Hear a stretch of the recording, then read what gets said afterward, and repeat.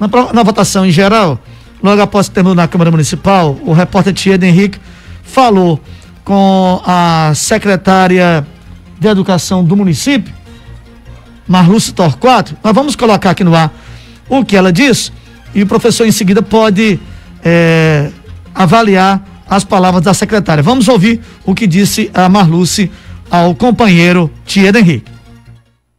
Como já foi discutido nas assembleias, junto com o Sindicato dos Servidores, o SPUME, o aumento ele foi de 10,18% para todos os servidores, incluindo a categoria de professores.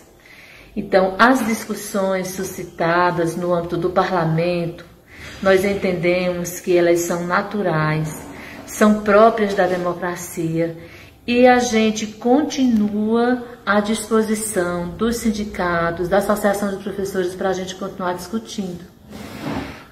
Nós apresentamos aqui na Câmara Municipal os dados referentes às despesas que a gente tem com a folha de pagamento dos profissionais do magistério e os impactos que a gente vai ter nessa folha diante da disponibilidade dos recursos que a gente recebe do Fundo de Manutenção e Desenvolvimento da Educação Básica, que é o Fundeb, que é a origem dos recursos que a gente paga à educação.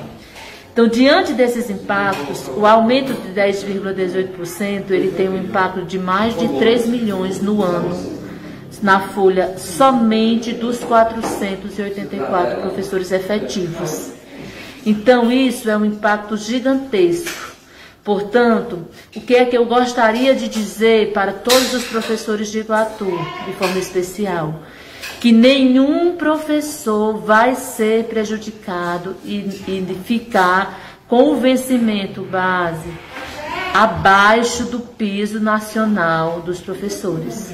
Todos os professores terão o vencimento base baseado no piso.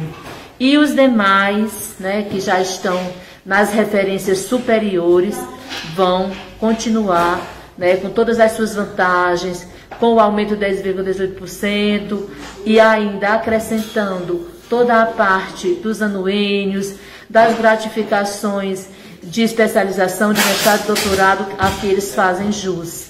Então, não é interesse do prefeito Edinaldo Lavor, da nossa administração, da Secretaria da Educação, em nenhum momento prejudicar a categoria. Ao contrário, a gente quer o melhor. Eu gostaria muito que nós tivéssemos a condição de pagar o percentual veiculado em nível nacional de 33,24%. Infelizmente, o volume de recursos que a gente dispõe não nos possibilita isso.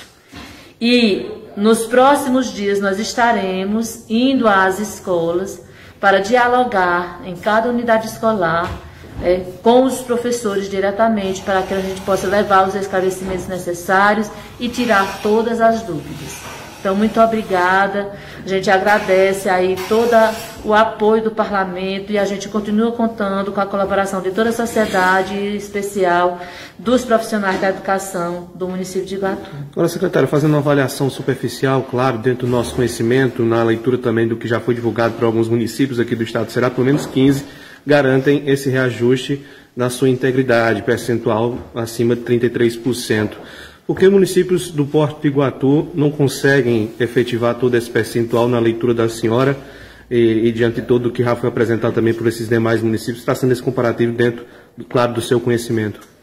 A grande dificuldade é porque o nosso plano de carreiras e remuneração do magistério dos profissionais de Iguatu, ele é um plano que assegura direitos, assegura progressões tanto horizontais como, ou seja, acadêmicas e não acadêmicas, e no volume de gratificações, de anuênios e de percentuais que dependem do nível de qualidade desse professor, que tem pós-graduação lato sensu, ou que tem mestrado e doutorado. Quando você junta o conjunto dessas vantagens que compõem a remuneração desses profissionais, ele dá um volume muito robusto e produz um impacto gigantesco na folha de pagamento. Se você for comparar, o município de Iguatu é um dos municípios que melhor paga o professor, né, no conjunto dessas remunerações. E é exatamente por essas questões que a gente não tem a condição de aplicar linearmente esse percentual de 33,24%. Se houvesse disponibilidade de recursos, eu, como professora, desde a minha adolescência, era a primeira pessoa a defender, mas nós não podemos ser irresponsáveis do ponto de vista da gestão de aplicar um percentual para depois a administração não poder pagar. Então, seria uma coisa irresponsável, impraticável. Então, a gente não vai fazer isso. E a transparência da gestão ela é assegurada. E a gente deixa à disposição do sindicato, da Associação dos Professores, de qualquer cidadão de Iguatu, as contas abertas para que eles possam perceber o volume de recursos que a gente recebe, que está previsto para receber em 2022 do Fundeb, e também as contas, né, apresentadas diante da parcela da cota parte que a gente precisa assegurar para o pagamento desses profissionais. Muito bem, secretária Marluz Torquato, voltar aqui para o professor Clerton, diante do que foi exposto pela secretária, professor, qual é o posicionamento de vocês? E já perguntando o seguinte, depois de ter sido aprovado em 2 votações na Câmara Municipal, qual vai ser o próximo passo de vocês? O próximo passo é anular exatamente o que ocorreu na Câmara, porque o sindicato, os professores, eles se reuniram para isso, e isso vai ser levado para a população de Iguatu e vai ser levado para a Câmara Municipal para eles assumirem com essa responsabilidade. Por que é que eles fizeram as coisas desse jeito, tão corrida, certo? Em menos de 4 horas eles já estavam aprovando um projeto que não foi tomado conhecimento dos vereadores, e que nem foi, principalmente da oposição.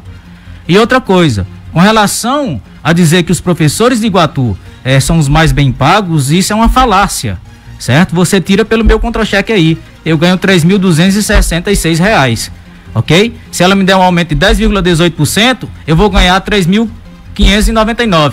E aí ela vai botar um complemento no meu contra-cheque, que esse complemento de R$245, ele não vai servir para a minha especialização, ele não vai servir para a minha progressão, ele não vai servir para o meu mestrado, ele não vai servir para os meus direitos.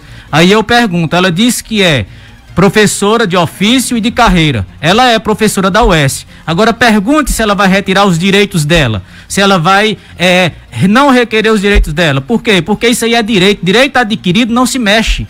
A gente não pode mexer em direito adquirido do trabalhador, esse é direito. E com relação a dizer que o município não tem verba, isso também é uma falácia, porque essa verba é do governo federal. O governo federal, ele disponibilizou isso. Olhe, em 2020, no município de Iguatu, foi R$53.673. 2021, R$62.419. 2022, né? A previsão é de R$68.722, ou seja, um aumento de R$15.048. Como é que o município não tem? Então, o que foi que aconteceu com a folha do município? Professores aposentados, 41. Redução da carga horária para 800 horas. Para a falácia que se discutia dentro da Secretaria de Educação, era que essa redução de carga horária era para retirar os professores e para pagar o reajuste do governo. Então, houve uma diminuição de 60 professores contratados no município de Iguatu. Houve uma redução em média de 100 professores efetivos. Por quê? Porque as escolas foram fechadas, como a escola da Barra. Hoje eu tenho vários alunos no Pacífico que são da Barra. Para justificar esse discurso da secretária, eu tenho que fazer as minhas análises. Então, eu não posso justificar um discurso desse enquanto eu não analisar a realidade dos fatos. Ou seja, então, houve um aumento quantitativo das turmas em nossas salas de aulas. Então, isso não bate, as contas não batem e não tem condições de nós, professores, aceitarmos um reajuste desse. Professor, alguma nova assembleia prevista para os próximos dias? Não. A assembleia ela teve dia 14 para anular a assembleia do dia 8, certo? Isso vai ser levado para a Câmara Municipal e nós também vamos anular, se Deus permitir, e com a ajuda da sociedade. E desde já eu peço ao Ministério Público de Iguatu que tome providências com essa situação que a gente está vivendo. Eu peço aos sindicatos, à sociedade civil organizada, aos pais de alunos que conhecem a nossa luta no chão da sala de aula, que vocês olhem para a situação do professor de Iguatu, que luta pela educação desse município, que tem compromisso com esse município, e que vocês olhem para a nossa situação e vejam o que está acontecendo dentro dessa gestão com relação aos professores. Paulinho, respondendo sua pergunta, o próximo passo vai ser anular esses 10,18% e que o gestor público, junto com a Secretaria Municipal de Educação e a Câmara Municipal, possam começar a pensar que essas articulações que existem entre a Secretaria Municipal de Educação, entre a gestão pública e a Câmara Municipal para votar uma coisa descabida dessa em menos de 24 horas, isso prova exatamente que vocês não estão tendo transparência com a gestão pública.